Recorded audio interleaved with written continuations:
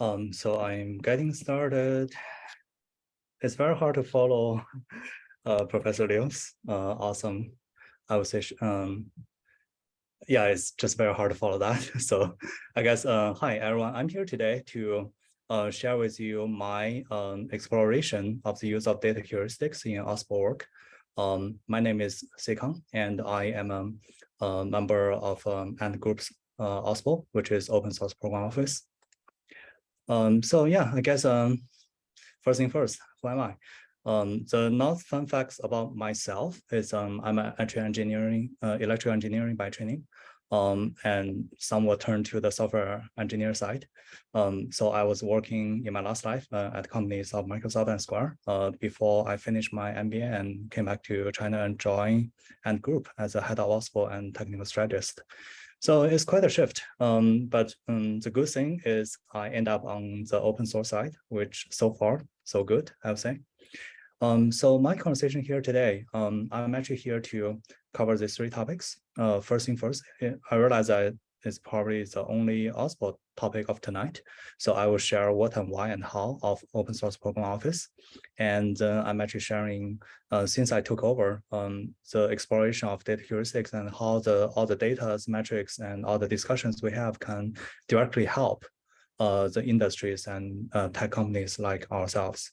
And last part is I do have some help needed, which I'll share with everyone. Okay, so without further ado, let's begin with what, why, and how of OSPO. So OSPO, Open Source Program Office in a nutshell, is basically a best practice of the tech industry. So the definition here is, shared with the to-do group. Based on what we understand, is OSPO is the center of competency. That's one keyword for organizational open source operations and structure. To some extent, I believe here should also be a word called strategy. And this can include blah, blah, blah, blah, and the policies, trainings, legal compliance, promoting, building community engagement, and organization strategically all falls under the radar of OSPO. So we do feel that OSPO is a best practice to be shared among the tech industries because it also set up a standard, I would say standardized API among the big companies so we can talk to each other. Just one thing which was mentioning is I do apologize for the incomplete localizations of my deck due to lack of time, but I will explain all the information which is written in Mandarin verbally. All right. So why OSPO? There are many reasons why I want to build OSPO. The way we believe it is we believe OSPO is a catalyst and a resource consolidator for a company which took open source seriously. So we wrote like 3 pillars of why we want to run OSPO. In fact, even though we write that as a 3 pillar, it's a flywheel, which continues, goes from 1 to 2, 2 to 3, and rinse and repeat. So first thing first, we believe OSPO actually need to systematically identify and reduce risks as far as open source is concerning. That covers compliance risk, security risk, and brand risk. We just heard a lot about the compliance and security risk, and that's definitely an area in which no company can look under. We all need to pay attention to it. And the second area is incubating open and collaborative engineering culture and practices. Open source, in my humble opinion, it first need to cover engineering and all the engineers who are actually writing code for the open source communities. But not only that, we also need to address the community itself, which is less engineering. But among all of this, we need to be able to continuously build high quality projects, and we also need to kind of train people to be the high caliber talents in order to match the quality of the projects. You need both in order to have a successful open source project. Last but not least, we actually want to focus on developing business viable and technical sustainable communities. What we don't want to do is we don't want to throw the open source project out there and let it live. That's not how it works. So we do focus on goal-oriented, well-planned, and consolidations of I would say open source projects of everything come out of Ant. But how does that sound? It sounds easy, right? In reality, it's not that easy. So we're facing multiple issues on each of the pillars, and I would say a lot of those issues have something to do with data. So on the risk side, we need to monitor data to identify potential risks. On the compliance and security side, we're blessed with tools and I would say all the best practices from the industry. But what about operating risk and strategy risks? There isn't really, I would say, a common consensus among all the corporations, how we want to handle that. And on the second part is, we do see a lot of, I would say, measurements comes before goals.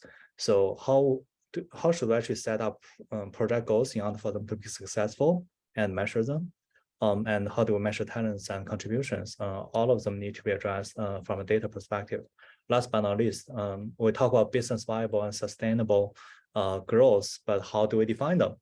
We don't even have a definition for that.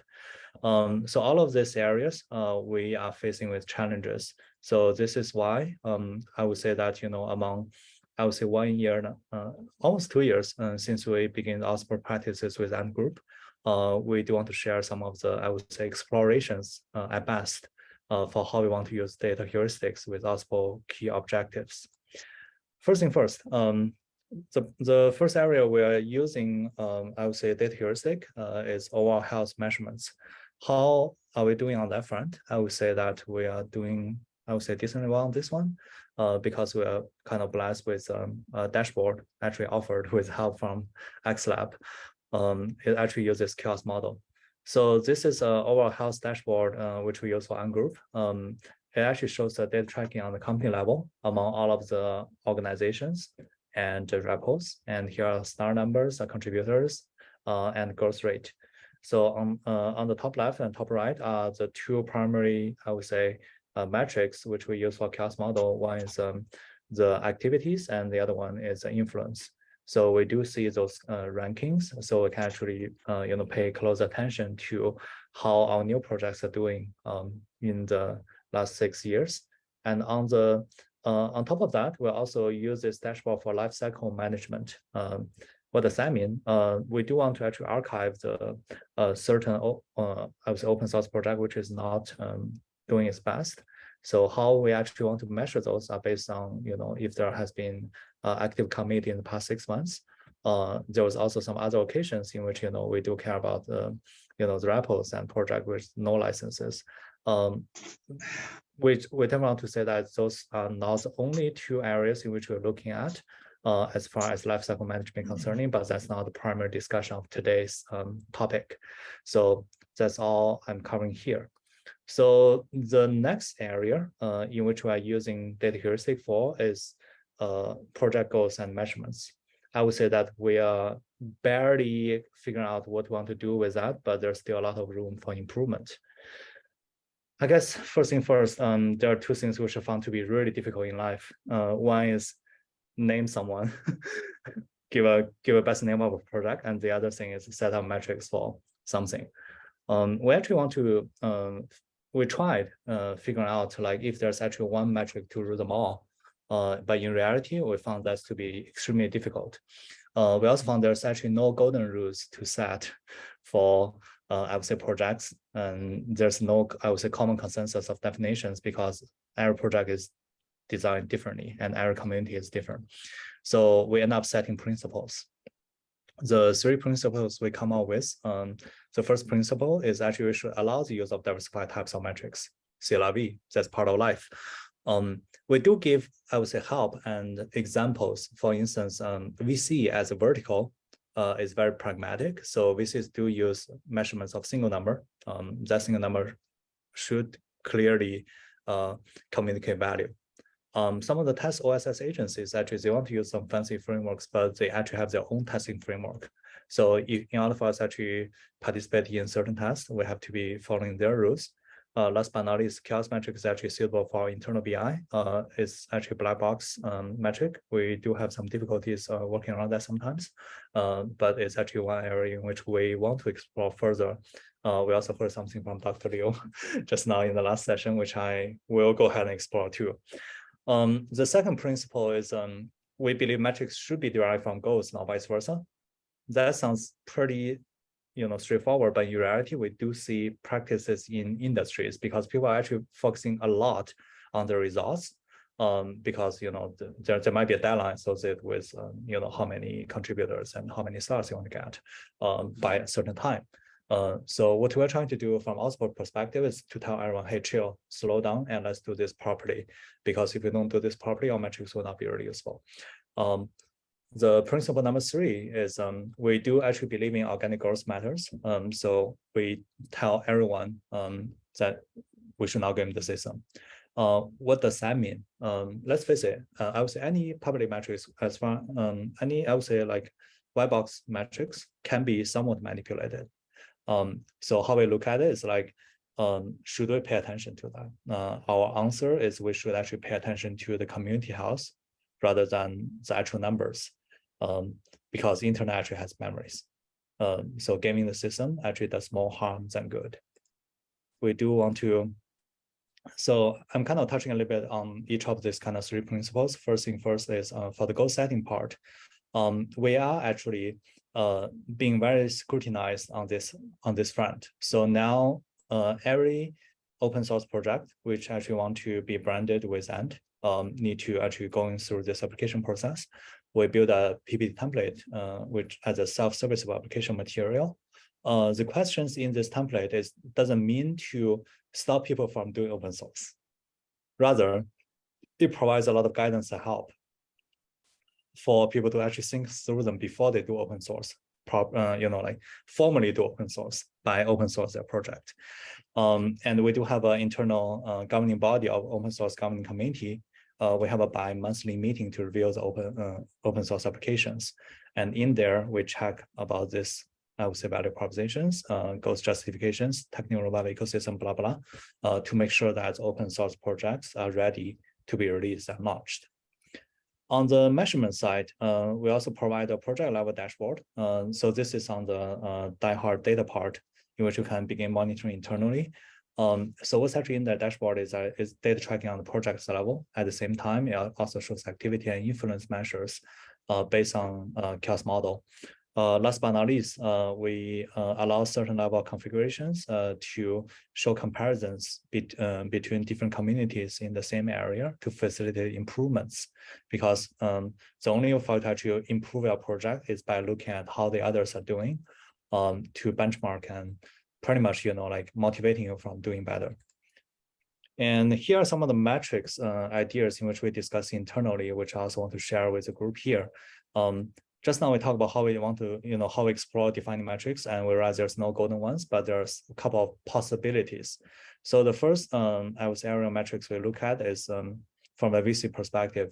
So here's actually a case study from BVP, which is a top-notch VC. It pretty much just give one North Star metric of a monthly contribution. But this monthly contribution is a broad definition.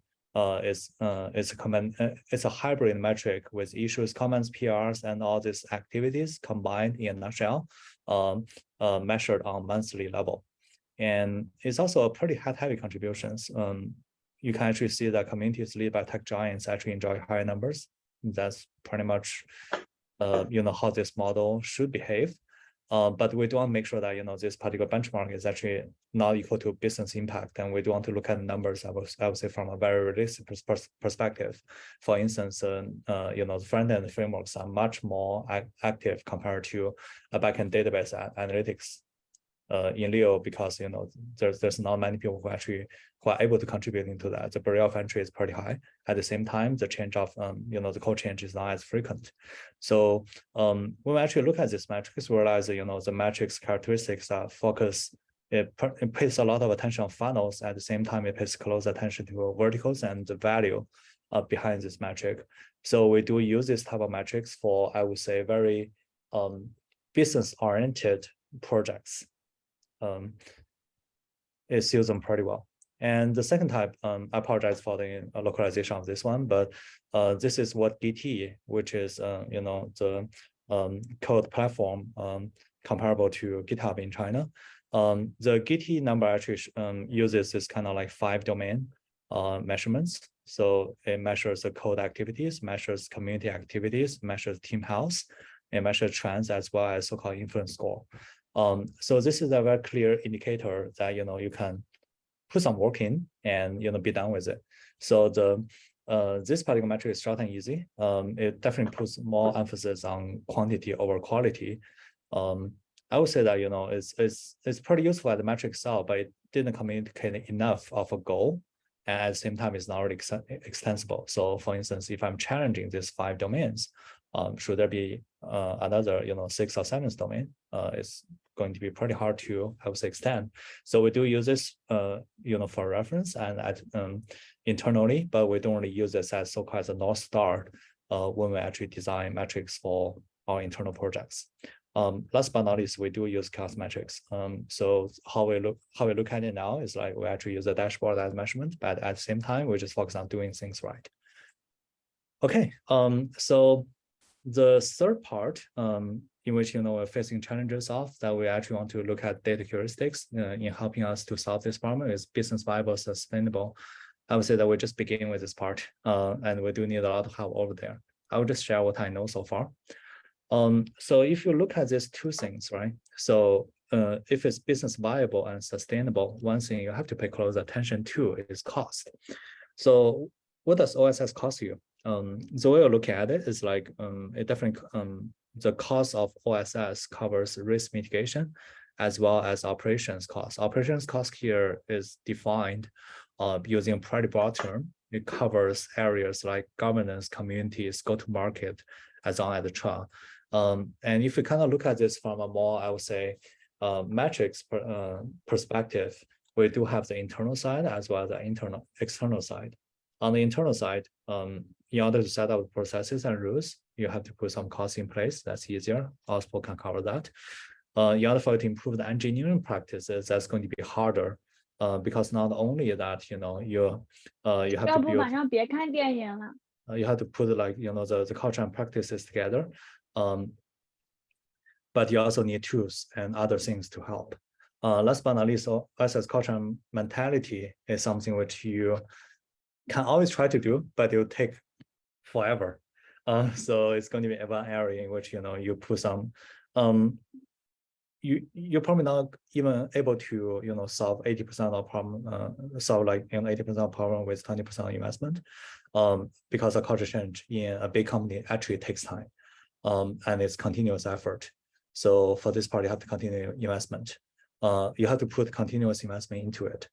On the external side, I wouldn't really go into details, but what you can see here is like there are going to be costs associated with governance, compliance, and securities, and communities. Governance part pretty straightforward. Compliance securities, we talk about tools, SEA, supply chain data. None of them are easy. So in order to actually do this properly, we do have to measure the actual OSS cost. But as OSS cost actually just the money spent, we're actually doing all the plannings, all the annual plannings. It's more than that. So this is why I would say we won't have this kind of 20%. I would say confidence in terms of like how much we know about this area. It's also going to be one particular area moving forward that open source program office is going to be paying more close attention to. The end results at our best hope is we like to actually link this number to L0 metrics, which is a revenue or cost. So in this particular case, how we actually want to link our community work back to the revenue side is going to be another challenge. And on the cost side, we already shared the breakdown. But how we can actually quantitatively identify all of these numbers, I would say depends a lot with the research happening in this room, as far as I can tell. Okay, so here comes the last part of it. I did mention that we need some help.